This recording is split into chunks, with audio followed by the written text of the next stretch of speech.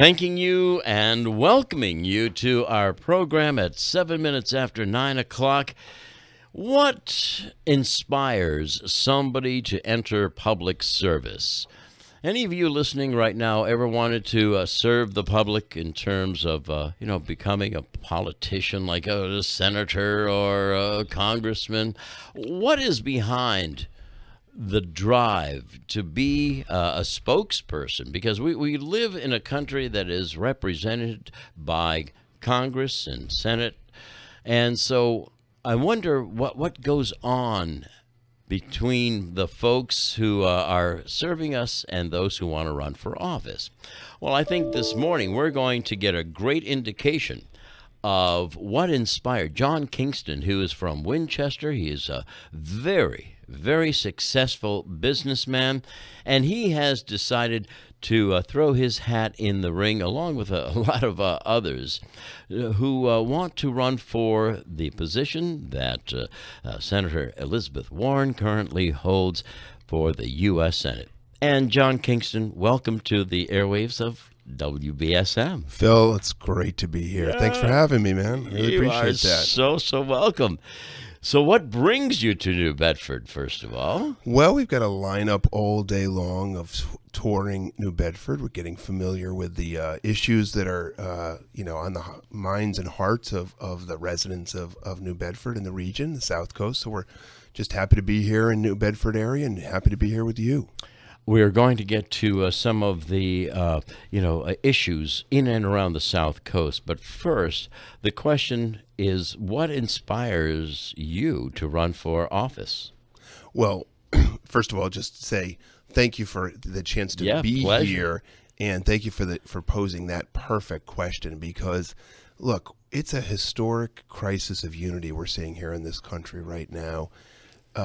There's a toxic culture of division. Washington is not serving the needs of ordinary Americans. It's one thing if Washington is not showing the due leadership that it should. It's another thing if it's dragging us all down. And that's what we're seeing is the latter case, that Washington is not doing its job of showing the leadership of the country it should. And so I want to get into this race, and I'm so excited for the possibility to lean into this, for the chance to serve the people of Massachusetts and deliver solutions to the problems of the day, versus our sitting senator, who is a divider-in-chief in the Senate right now.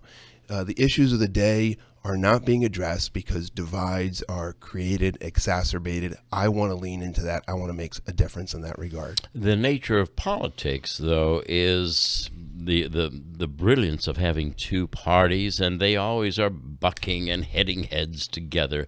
So in its own nature, conflict is part of politics. Are you approaching that from, I don't know, more gentle, more understanding, more civil point of view or approach? Well, I think a couple observations in that regard. One is that the idea of the political process, the two-party system, is a creative tension, right? It's a way in which opposing views lean in to figure out the best solutions for Americans. What we've got now is a form of conflict, a dysfunction, which just polarizes the American people, tears us apart rather than leaning in together to find solutions. So the idea is, you can have different viewpoints on what the right way forward is for America. You can have different perspectives about, conservative values like I have, which are less government rather than more, or less taxes rather than more. That's my bias on all of these matters. Well, you could have different viewpoints on that. The left, or the Democratic Party, typically does.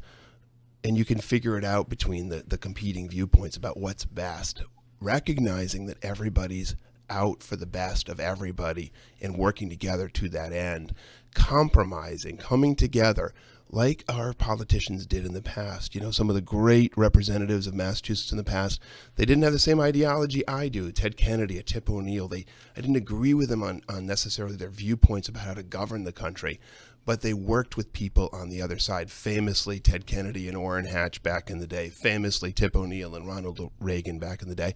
Today, Senator Warren doesn't work with anybody on either side of the aisle. And that's the spirit of the culture that I'm trying to change right now. It's an interesting approach, one that is not being really taken by too many these days. It's my way or the highway for many folks who are in public service. That said, you mentioned a few things that I want to get you to elaborate on. One is you are a conservative who is, and what does that mean that you're a conservative? In favor of less government and fewer taxes? Well, I think one of the problems, frankly, that conservatives have these days is that we have lost a language which expresses the real substance of what we're talking about. The reason I am a conservative is because I believe in each individual American. I believe in the capacity of the 330 million hardworking Americans, the wonderful social capital, the wonderful human capital we have, to devise solutions, to figure out ways forward, to innovate, to imagine, to create possibility. So, consistent with that, a conservative orientation is to do less out of Washington, D.C., and less engineering from someplace far away, and more to let people here in New Bedford figure out solutions, right? Less having the NOAA decide what the fishing industry ought to do from Washington, which, you know, it doesn't really have a good vantage point on how the fishing industry ought to work right here locally, and more having people locally figure it out. And so that's why a conservative ends up with the positions they have, because we believe in the American people. Oh, you just mentioned the NOAA. I'm thinking right now out loud. Well, folks, if you're just tuning in, John Kingston, Winchester successful businessman and candidate for the U.S. Senate as a Republican running against Senator Warren's seat, joins us. We have an industry that is being strangled by regulation, over-regulation, NOAA. That's being, every day we're losing about $500 million. It's a nearly a $10 billion a year industry. And because of a criminal activity that went on, the entire fishing industry is being penalized. Are you familiar with the Carlos Rafael case, John? I am. Only from what I've read in the press. I have no special knowledge of it, but yes, but generally you speaking. touched on something that everyone is tuning up their radio right now. NOAA, and they're out of touch and their draconian decisions to punish an industry that is going to now filter into the community, the ancillary businesses. This has been a very poor Christmas for, I would say, close to 80 to 100 fishing families. And then the ice houses and the other, all of the businesses connected. We're all getting whipped for no reason. And as a U.S. Senator, now I have to admit, Senator Warren has been working behind the scenes, to her credit. What would you do? What are you here to do today in that respect? Well, I think I'll just go back to first principles, right? I mean, the idea is that this is a perfect example and a tragic illustration of it, right? I mean, a tragic illustration. You pointed out the human toll here in New Bedford and the surrounding region, to what is a fundamentally a broken way to do this, right? You've got people in Washington who are not in touch with the actual facts on the ground, and the people who are closest to the situation who could solve for it have the heavy hand of regulation pinning them down.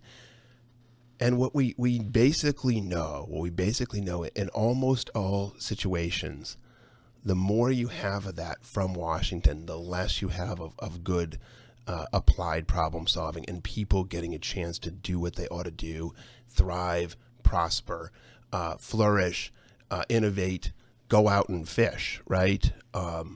And so, for the limitation, whatever the limitations are of the Trump administration, one of the things that has been favorable has been the regulatory rollback, and I'm in favor of that, right? I mean, proportionate, appropriate levels of regulation, but that always means less out of Washington and more locally, always. If you were the U.S. Senator sitting right now, how would you address NOAA? What would you do to help their wrong-headed decision to punish the entire industry? How would you approach that? These are problems that need to be solved, and how would you, as a senator, approach that? Well, I think there's the individual case, and then there's the general case, right? And so, as you said, Senator Warren has been leaning in on this one, and I'm grateful to her for that, right? Credit where credit is due. If she's leaning into this particular one, then that's fantastic. I will say that we've seen that to be generally out of character. She has not leaned in on local issues very much for Massachusetts. One of the reasons I'm running to serve the people of Massachusetts rather than to be, flying around the country and creating a foundation for 2020 presidential ambitions. So you got the individual facts of the matter and the pressure that you would bring to bear as a sitting senator. Day in, day out, you would work tirelessly. You would not sleep. Your staff would not sleep until there was the right relief, till those licenses were released to other people that can use them, right now and not bound up. So that's the individual case, right? All right. So let me jump in and give you a specific. The Boston Globe editorial came out with their idea of how to solve this, and that was to take our licenses down here and scatter them up and down the East Coast, mostly up in Maine, which obviously would decimate our fishing industry here in New Bedford. And they didn't say it in so many words, but they inferred that our fishermen could reapply and retrain as truck drivers. Well, the specific case we're talking about right here in New Bedford right now, a sitting senator should work tirelessly day in, day out, not have a staff sleep until those licenses were back in the hands, being used daily by New Bedford folks. And no scatter, because of the misdeeds of one, they should not be scattered to the wind and thrown up and down the East Coast. 100% disagree with that position. John Kingston's in studio with me this morning, folks, and he's running for U.S. Senate as a Republican. How many others are running on the Republican side? There's a number of people. Yeah. All you have to do is file papers to, quote unquote, run. So there's a handful of people. Yeah, but you have a passion for running. I do. You seem to have a different approach for running, too. Tell us a little bit about your background, who you are. Who is John Kingston? Give us a sense of your character, of some of your beliefs. Do you like chocolate? Do you like? Give us a little bit of who you are. Well, so if you want to talk about like the adult version of me and what I like and what I'm a passionate, I've always been a sports guy. So sports, every sport of all. Any and every sport. Any and every sport. We have Red Sox season tickets and Celtics season tickets and so pretty much any sport. Myself, my family, we're into and follow closely. But going back and just giving a little bit more life context, just from the beginning, I come from a small town, a working class values. My dad, after he left the Army, was a public school teacher. My mom stayed at home with us. They struggled to get by for me and my brothers, not as badly as some other folks, but we always had food on the table. But it was always a challenge growing up for them to get by. But they lived the American dream for us, and they taught me some, just ironclad cornerstone values about loving country, loving neighbor as oneself, loving God. The value and virtue of hard work, and those things I've taken with me, all my days, and it's helped me as I've grown up, become an adult, started to be successful. I was way more successful than I ever, frankly, thought I'd be. I'm very grateful for that. Good for you. Doing what? I was in the money management industry. and I was with a worldwide company headquartered in Massachusetts. Helped build that with some wonderful partners. Great business, so I became successful. Again, beyond my own imaginations, and I was really grateful for that. But just especially grateful for the fact it gave me a chance to serve in a variety of other ways. And over time, I've started a dozen or so, or helped build a dozen or so, civic, not-for-profit, philanthropic business initiatives to help solve the problems of the day, leaning in on things like, advancing the culture of freedom of speech on campuses, something which I've been working on for 30 years. That's interesting, because nowadays, you were talking about divisiveness. Wow, it seems as though if you represent a certain point of view, you're either ostracized, or you can't get your point of view out there, or the protesters are all around you. And how this, I think, reflects a lot about our body politic nationally. So how do you approach that issue when you see all this stuff going on around you? Well, it's a great connecting point that you make. There as I was briefly observing, it's a variety of different initiatives that I've taken on and continue to take on to try to address the most intractable, the deepest problems of the day. This one, the one we're now talking about, the culture of freedom of speech on campuses, is, as I say, I've worked on it for 3 decades.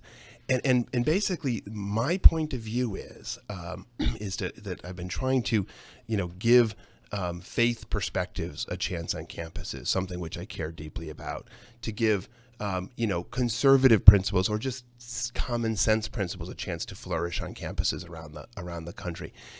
And the key is, I don't need my side to win, right? I don't need faith principles to win on campuses. I don't need conservative principles to win on campuses.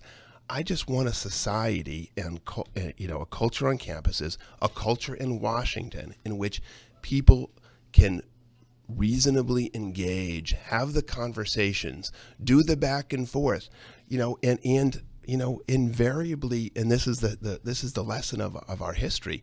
If you do that, if you're faithful to that on campuses or in Washington, good things come out. So, John, are you a man of faith? Do you believe in? Do you have a faith that is, part of who you are?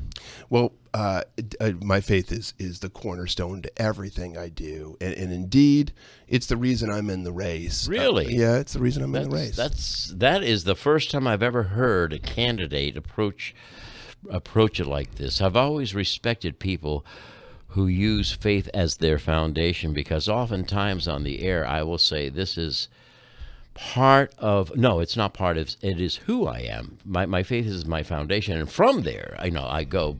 And you have that same thinking? Absolutely. Wow. And it's what I see. And you're running for politics? What I see in our culture. I know it may. So what I see is a time for opportunity to bring us back to our deepest moorings. And I'm not talking about our faith moorings. I'm talking about civic, Republican, I know, small r Republican, Yep. the way we engage as citizens of this country. And so the people that I think about, that inspire me, are people like Washington, for whom faith was a foundation, and talked about country over party. Lincoln, who also had faith as a foundation, and talk about with malice to none, with charity to all, with firmness in the right, as God shows us what is right, we will work together to bind up our nation's wounds. Martin Luther King, of course, faith as a foundation. Frederick Douglass, I will unite with anyone to do right, no one to do wrong, again with faith as a foundation. These are the great leaders of our past that worked to bring us together in times of divide. Wow. You are a refreshing man to enter the political ring. You really are. Most people approach it from a completely different angle. And I think you're the first candidate I've ever met, at least on the level of U.S. Senate, that has that thinking, which is really, to me, it's refreshing. What are some of the questions you get on the when you're hitting the pavement? How many pair of shoes have you gone through as you go around? I tell you, I love the chance to be out there, Yeah. and what I do these days is spend every day, all day, going out and meeting people. Today it's New Bedford. Last week it was Pittsfield. The week before that it's Springfield. And every town and region in the state, hear about what they care about. Earn their trust that I actually want to serve them. Yeah. And at the beginning part of a process, a lot of that time is spent with Republicans because that's the way the winnowing process works. And I got to go to Republicans everywhere and say, look, I've got your values. I understand your concerns. I need to earn your trust that I'm the right person, the right standard bearer to take on Senator Warren. What are some of the questions that, some of the most extraordinary questions that ordinary people come up to you with? What are some of those that have stood out in your mind? Well, I think it's they're not particular questions. It's the flavor of all the questions, which is informed by a disappointment in leadership, right? Okay. It informs every question that's asked, and it's basically, why is it not working? Gotcha. Why is Washington not working? Why is Senator Warren acting divisively all the time rather than casting her lot in, voting for some things? Her record is quite startling, frankly, in terms of, for instance, she was the only person in the Democratic Party or the Republican Party to not vote for the Federal Reserve Chair coming out of committee. A recent banking committee, she was the only Democrat to voice objections. So my point is, in every single case that she has a chance to cast her lot in, even with fellow Democrats, she chooses not to. And the question people have is, that being a leading indicator of something that seems awry in Washington, why is there so much fundamental conflict? Why is everything happening on a straight partisan basis? Why does it feel like the swamp is dragging in what would ostensibly be good people who are going there? Why is that? Yeah. Are you? Can you help? Can you help with that chaos? Well, Can you do something to? It sounds like a swarm around us, and how do you react when they're swarming all around you? I mean, this is what I'm getting at when I hear that a man with your approach. You're a man of faith, right? Yes. Has this approach. I think it's going to be very challenging. Well, I think this is where an appeal to our history really helps, right? And say we've faced times of great division. Oh yeah. And as troubling as the sense of division is now, we've seen even greater ones. Obviously, the depths of the Civil War, we can't touch that now, and hopefully we never will. But what you see is the anchoring and the foundation that our leaders brought to those moments, which were transcendent appeals to commonality of citizenship, right? So that's what the greats taught us before. Our leaders need to serve everybody up and down the spectrum, every race, every ethnicity, every political ideology. President Trump is the president for all Americans, the very, very, very progressive left, as well as his base. Senator Warren is the senator for not only the progressive left, but also the Trump voters in Massachusetts. There's a lack of recognition that that's what service means, that you're serving everybody. And so great leadership calls down on these types of principles. These are transcendent principles, but they apply very meaningfully. And that's the only thing that can cut through this moment that we're in. I'm asking about questions that you hear. How about if we get some questions from everyday listeners who'd like to say hello to you? Fantastic. Let's go to our phone lines right now. Good morning. You are on with John Kingston. Good morning, Phil. Why, good morning. How's Celeste? So my wife. Thank you for asking. Celeste is doing great. That's good. That's great. You know, that gentleman is running for senator against Elizabeth Warren. Yes. I call her the flying bird because she flies all over the place and accomplishes nothing for people. I go back to Gary Studds, Bonnie Frank. They were very big advocates of the fishing industry. Now, I look, Elizabeth Warren and Mr. Markey, the rep, they only come to New Bedford if they have to cut a ribbon or get a promotion. I wish they'll go through what these poor fishermen going and the people that lost their jobs. Because them people work very hard. And what Noah's doing is totally unacceptable. I mean, the man paid his penalties and everything else. He's in jail. Now, because there's other little technicalities, the board answer Noah, but Mr. Bullard doesn't like the answer, so he's holding things back. Well, I asked our friend John Kingston how he would approach that issue, because that is the center, the nexus of what is happening here. You're so right. So let me ask you a question, caller. Would you consider voting for somebody like John Kingston? I'm going to vote for anybody but a flying nun. Okay, thank you for the call. And another thing I got to say. What's that? They talk about a few fishermen. Fuel company stores the supply, the food, and the equipment for the boats. All this right now, ice house. All these people are getting affected. Oh, yes. No. We understand. And we've but what I'm trying to say, I hope that gentleman doesn't just get elected. God bless him. I hope he does. Yep. Doesn't do like the flying nun. Flies into New Bedford, cuts the ribbon, smiles and swings her hands and goes. Let me hold you right there, my friend. He brings up a point that he's used to politicians coming around at election time and being your friend, and after the election, hello. Well, I completely agree with the caller's sentiments on that fact. That is the difference between the leadership we're getting today versus the leadership of the past in Massachusetts. Again, I didn't agree with Ted Kennedy on ideology, but you could not fault him for working hard for the people of Massachusetts, and everybody knew it. He'd returned his calls. Constituent services were number one, and that is service. You could say that again. Regardless of where you were, who you were, anything, you're right. As his office returned, and so did Barney Frank's office. You called, you got a reply, and that to me is something that is to be commended. That is doing your job. So I don't get it from businesses around here half the time. Yeah, exactly.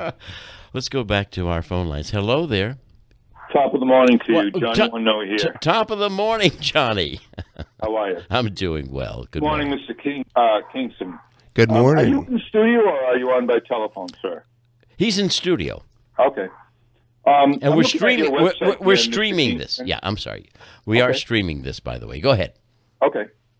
I'm looking at your website here, sir, and you have a quote here that says, "I favor." This is pertaining to health insurance.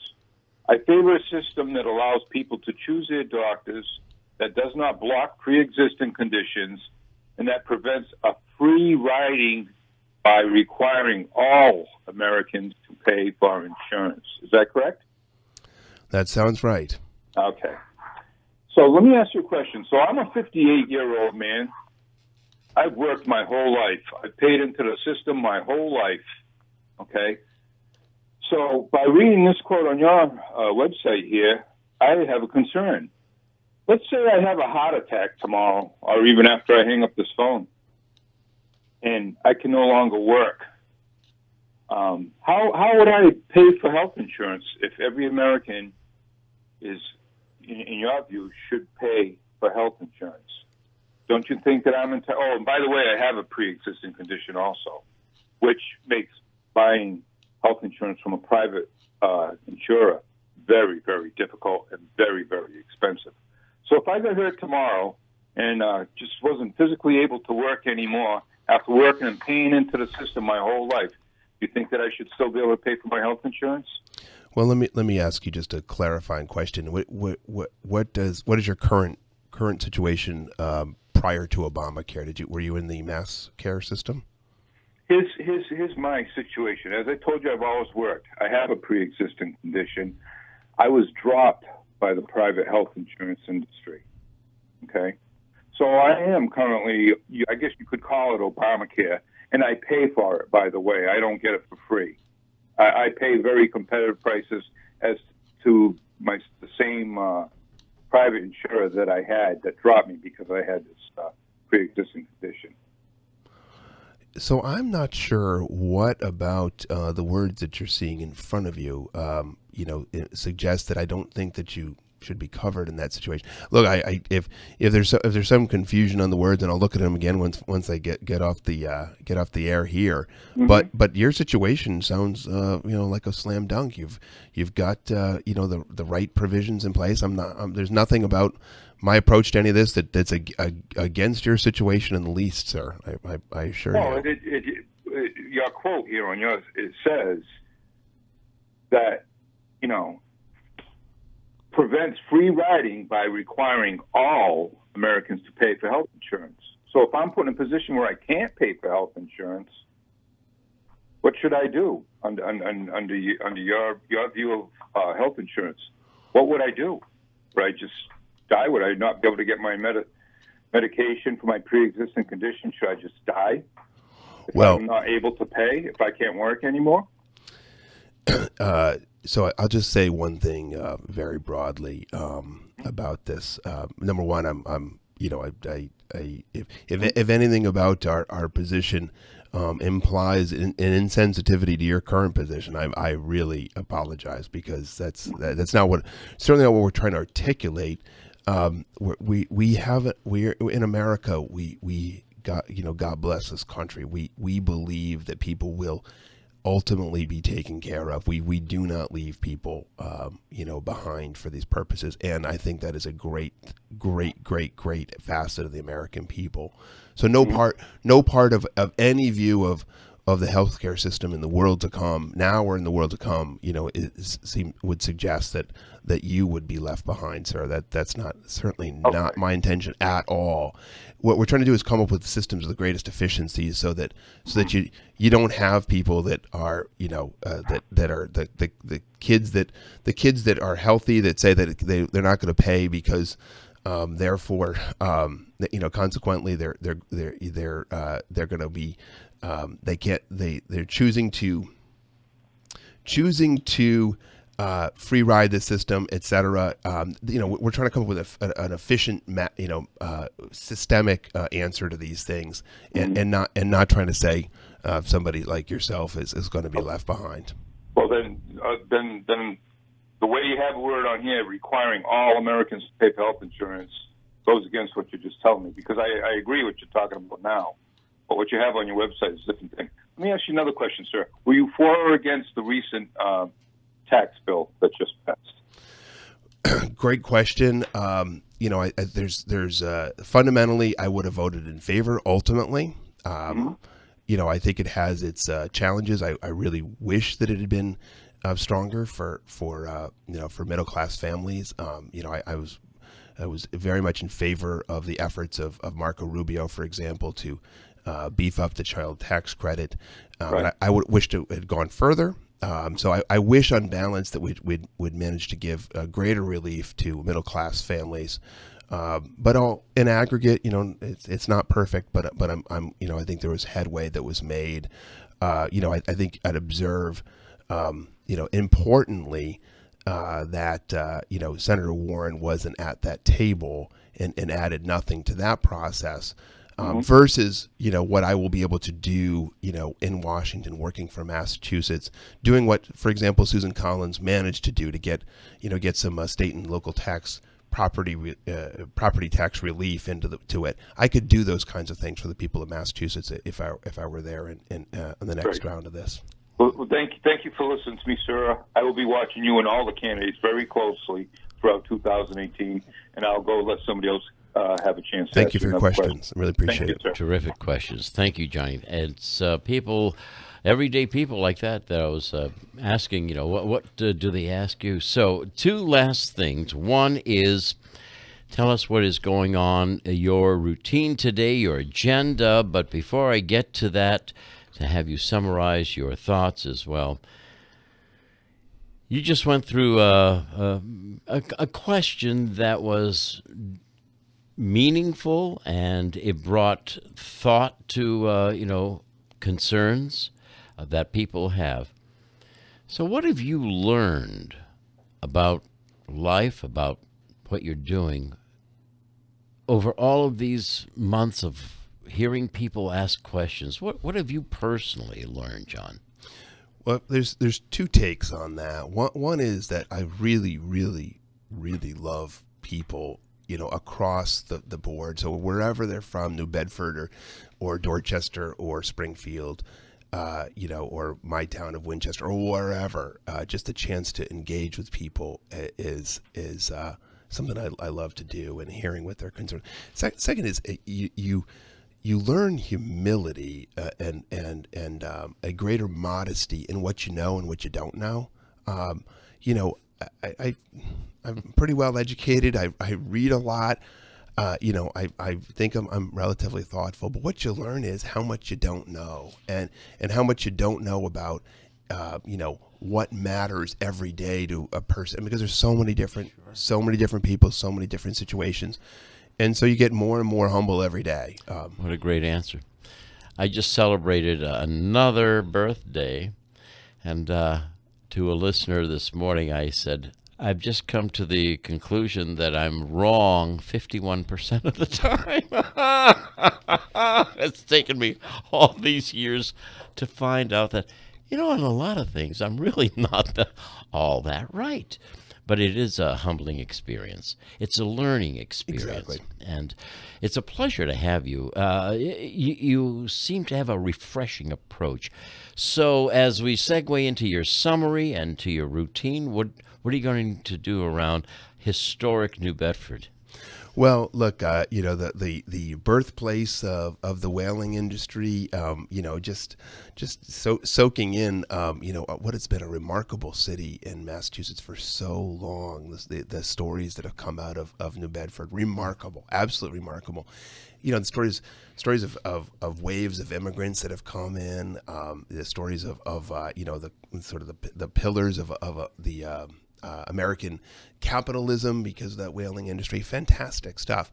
But what I'm really interested in is what's happening now in New Bedford and what I can do to help. And it's really cold out there, but we're going to spend a lot of time out on the water and the ocean front, and in a lot of different fishing industry areas, and just kind of get some feedback from folks on what they care about. So the answers I gave earlier about how I would dig in and lean in on the NOAA issues. I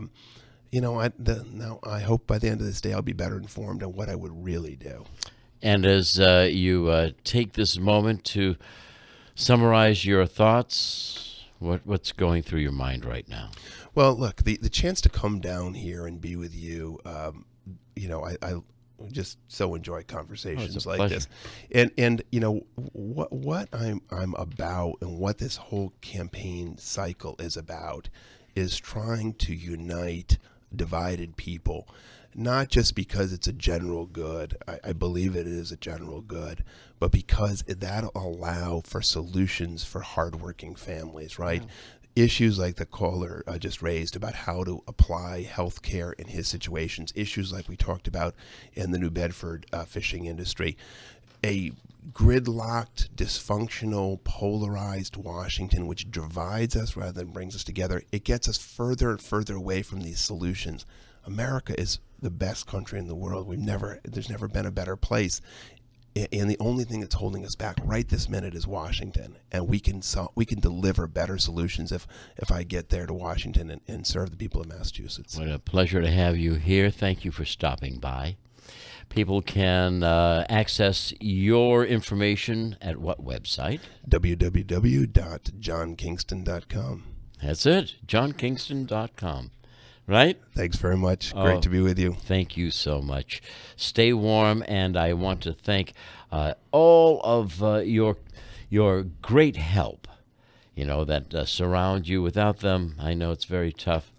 And may I just point out that there are a few of them who are very close to me, and I appreciate them very, very much. Thank you, Phil. Thank you so much. John Kingston, ladies and gentlemen. I'll be right back to wrap up the morning show and to thank you and to invite you to stay tuned to what's coming up on the radio. And, of course, as we look forward to Thursday tomorrow, we have, every Thursday, Howie Carr and I, we unscramble the eggs together. Oh, yeah. And that omelet will be on the menu at 7:30 tomorrow morning. Actually, I'm not sure. He's down in Florida, so I'm not 100% sure whether we are going to have the show tomorrow. But we will take a look at Thursday's programming, and then, of course, on Friday, John LeBoutelier and so many others. Stay tuned.